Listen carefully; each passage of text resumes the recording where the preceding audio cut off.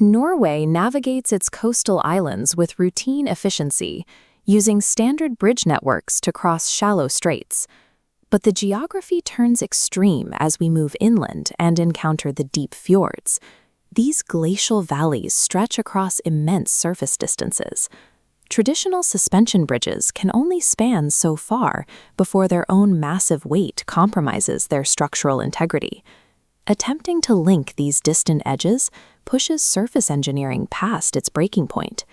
Even if a structure could reach the opposite shore, it would have to survive the climate above the water.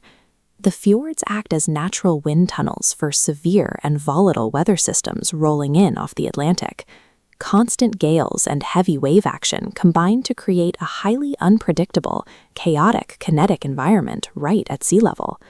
Between the impossible physical width and the hostile weather, standard surface structures become an extreme liability.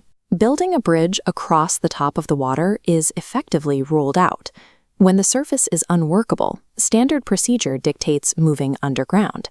Traditionally, we bore subterranean tunnels directly into the stable bedrock beneath a body of water. But fjords were carved by ancient glaciers. They plunge downward for thousands of feet, creating deep valleys that sit far below the maximum depth tolerances of conventional tunneling equipment. Furthermore, the bedrock that does exist at those depths is highly unstable.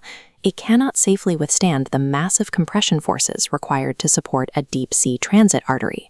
The surface is too violent, and the seabed is inaccessible. Every inch of traditional space has been eliminated, leaving only an empty vertical column of water to build in. The solution to this spatial trap requires abandoning solid earth entirely. Engineers are designing a submerged floating tunnel, bypassing the unstable seabed bedrock.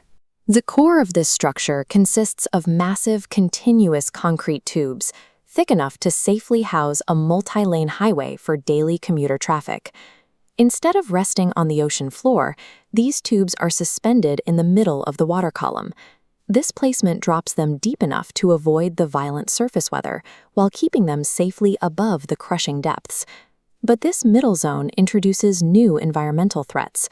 Down here, the concrete faces intense hydrostatic pressure and the aggressive shearing forces of submarine fluid dynamics.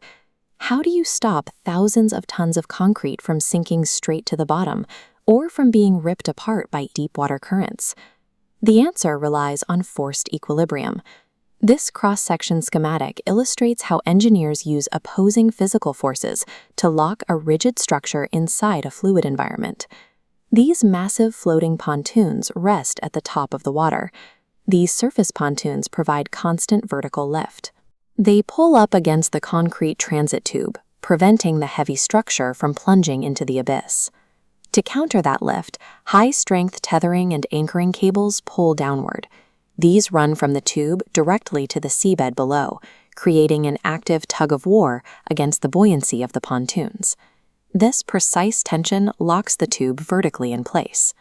By keeping the tethers completely taut, the structure acts like a traditional bridge, resisting lateral swing when horizontal ocean currents slam into the sides of the concrete. By weaponizing upward buoyancy directly against downward tension, engineers stabilize a chaotic fluid void into a predictable transit artery. The successful deployment of a submerged floating tunnel establishes a technical blueprint for deep water crossings in regions where traditional bridges and seabed tunnels have failed.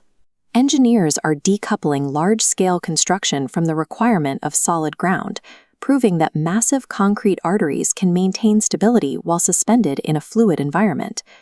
By anchoring concrete in a state of suspended equilibrium, this design provides a way to traverse the deepest fjords on Earth, redefining the depths at which human infrastructure can survive.